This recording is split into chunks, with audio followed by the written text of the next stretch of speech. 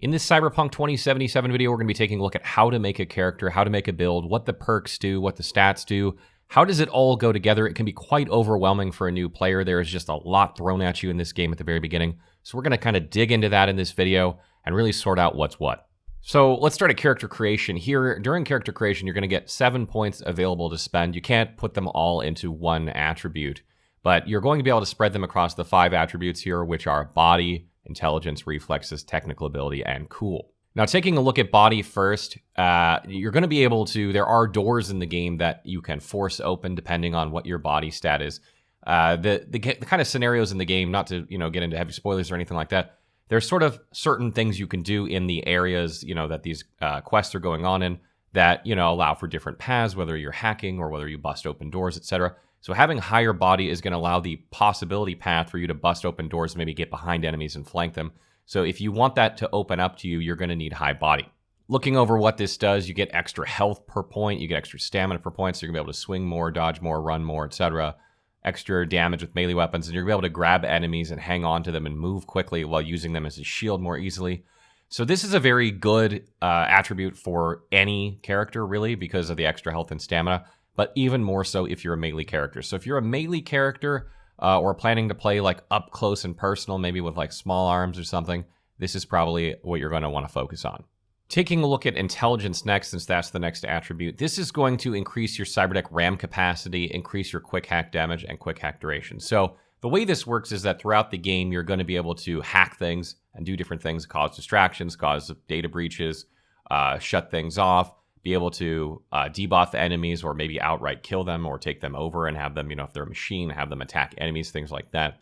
And there are a certain amount of like abilities, you'll say, that you can slot. As you increase this, you're going to be able to slot more. There's also, equipment that increases this, so that will increase it more. And as you're going through areas, you're going to spend sort of a resource in order to perform these abilities. So the higher intelligence you have, the more effective those abilities are going to be, and the better abilities you're going to be able to use. So this is like, if you just want to think like if you're a mage class in a traditional RPG, that would be sort of the stat here for that. Reflexes is the next attribute, and in addition to increasing your movement speed, so you're going to be able to move faster with each point, you're going to gain a passive evasion chance. That means you're just automatically going to dodge attacks sometimes.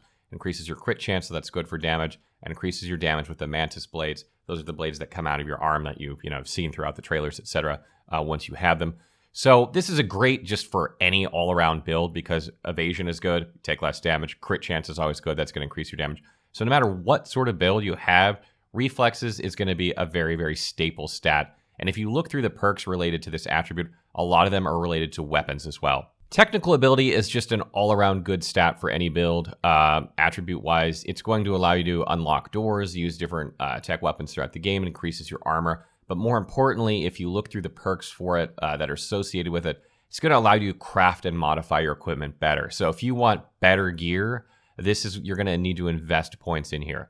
You may not need this depending on what difficulty level you're playing on. As you get harder and harder difficulties, the enemies become much more challenging. So if you're playing on a harder difficulty, you're probably going to need some of this at some point. Looking at cool, this is basically your stealth attribute. It's going to increase your crit damage, resistances as well. Those aren't related to stealth, but increases your stealth damage, makes it harder for you to be detected, and increases the damage with your monowire, which is used from stealth. So if you like to play a stealthy character, this is definitely going to be an attribute you're going to want to take. There are absolutely lots of scenarios where you can just defeat the whole things with stealth. There's more stealth, ironically, in this game than Assassin's Creed recently. So if you like playing stealthy, you're going to go with this. So in the next section here, let's take a look at the perks. So the way the perks work is each perk tree, what's called a tree, it's not really a tree, but each set of perks is tied to a certain attribute, and each attribute has 2 or 3 categories of perks.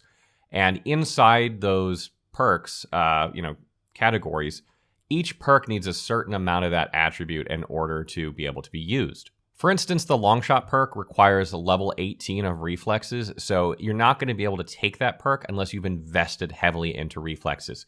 So what I'm trying to say here is, before you do character creation, you're going to want to watch this video because you're going to want to plan where to place your points based on what perks you're going to want to take.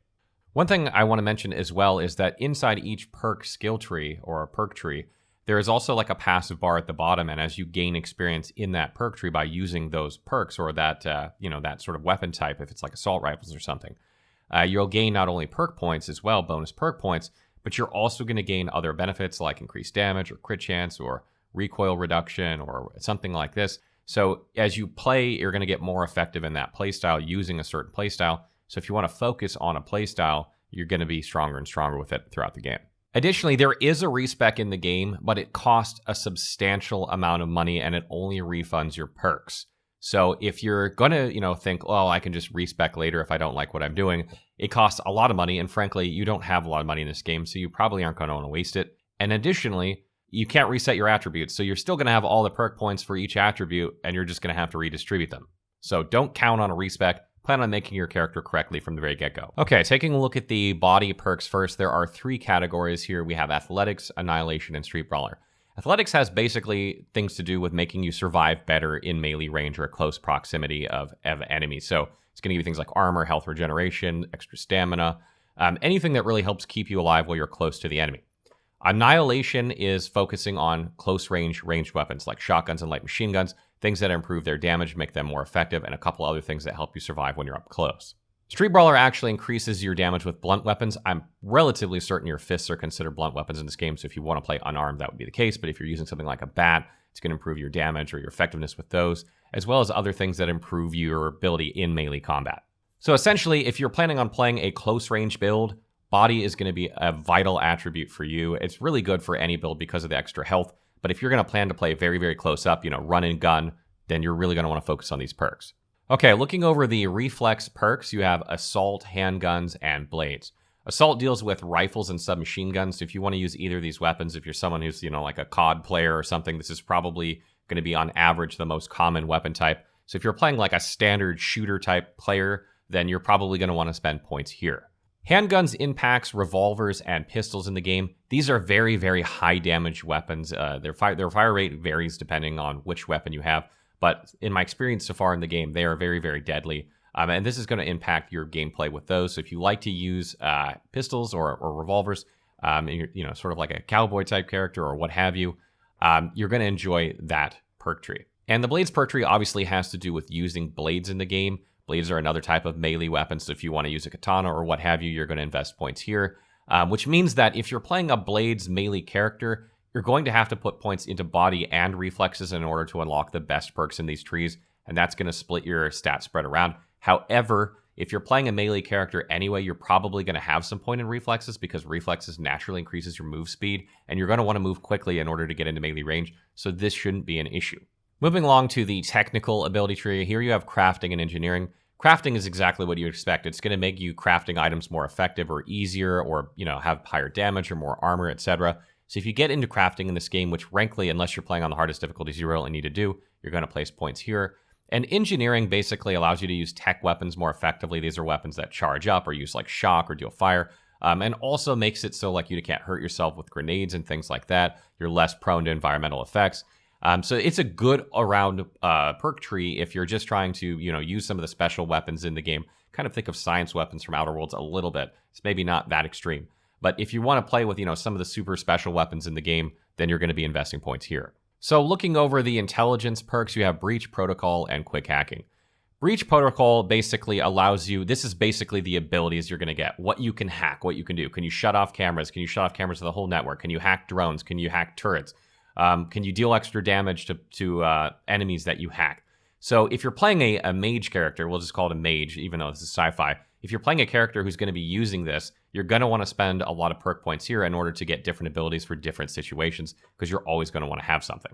The quick hacking perk tree has more to do with making it more efficient for you. So when you're in combat, your RAM, or the amount of basically mana you have to spend in order to cast these abilities or do these tech abilities, it does not recover. But there are abilities in that tree that allow you to recover RAM in combat, so you can use them more, reduce the cost of how much RAM you need in order to use abilities, and makes them more effective, increases their duration, etc. So you're going to want to balance between these. One is basically making your spells, giving you the more spells or more abilities, and one is basically giving you, making them more effective and cheaper to use.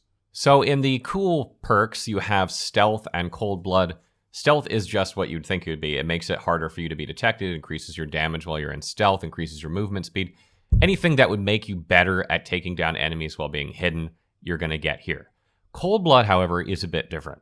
So Cold Blood is basically a buff you're going to get in the game after you defeat an enemy that's going to last for a certain amount of time, that's going to give you certain things, and as you expand and place perk points here, that buff is going to get stronger and stronger, it's going to last longer, it's going to give you more benefits, and basically it's going to make you into John Wick.